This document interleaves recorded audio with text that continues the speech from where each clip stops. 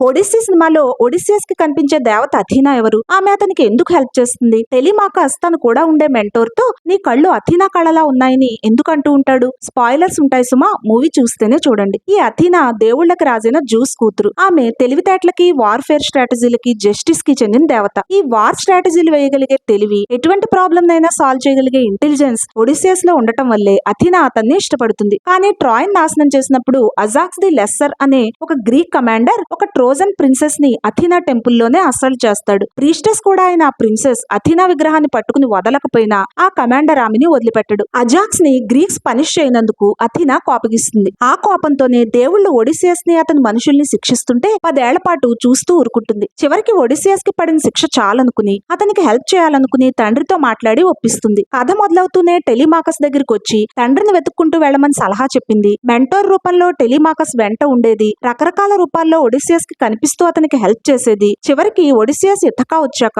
అతన్ని ఎవరూ గుర్తుపట్టకుండా ముసలివాడిగా కనిపించేలా చేసేది. సోటస్ ని చంపడానికి హెల్ప్ చేసేది కూడా ఈమె. నోలన్ ఒడిస్సీ మూవీలో మాత్రం ఆమె దేవత అని ఒడిసియస్ అనుకుంటాడు గాని ఆమె అతని గిల్ట్ డ్రివెన్ హెల్యూసినేషన్ అన్న ఫీలే కలుగుతుంది. అందుకే ఆమె దేవతలా మెరుపులతో ప్రత్యక్షమై మెరుపు వేగంతో స్పెషల్ సౌండ్ ఎఫెక్ట్స్ తో మాయం కావడం కాక సైలెంట్ గా వచ్చి అతని లోపల ఆలోచనల్ని కలబోసి అంతే సైలెంట్ గా అతనే పక్కకో చూసినప్పుడు మాయమైపోతూ ఉంటుంది. బుక్ స్టోరీలో అథీనాకు ఒడిసియస్ ఫేవరెట్ అయితే మూవీలో దేవుణ్ణి నమ్మనట్టుగా మాట్లాడే ఒడిసియస్ కు మాత్రం సీక్రెట్ గా అథీనా ఫేవరెట్ గాడెస్. అందుకే ఆమెను ప్రార్థిస్తూ ఏడవడం చూశానంటాడు అతని రైట్ హ్యాండ్ మ్యాన్ యూరిలోకస్. ట్రాయ్ నాశనం చేసినప్పుడు అథీనా గుళ్ళో ప్రీస్టెస్ ని చంపడం అనే పెద్ద తప్పు జరుగుతున్నా, ఆ దేవత విగ్రహం తల తెగ్గొడుతున్నా అదుపు తప్పి తన చెయ్యి దాటిపోయిన ఆ మారణ హోమాన్ని ఆపలేకపోయిన గిల్ట్ వల్లే ఆ ప్రీస్టెస్ ముఖాన్ని తనకిష్టమైన దేవత అథీనాకు ఆపాదించుకుని ఆమె వచ్చి మాట్లాడినట్టుగా భ్రమపడుతుంటాడు ఒడిసియస్. అందుకే ఆమె తెల్లని బట్టల్లో విషాదం నిండిన ముఖంతో కనిపిస్తూ ఉంటుంది. చివరికి అతను పెనెలోపితో మాట్లాడుతూ తన నేరాలన్నీ కన్ఫెస్ చేసి మనసులో కూడా యాక్సెప్ట్ చేశాకే ఇక ఆమె కనిపించడం ఆగిపోతుంది.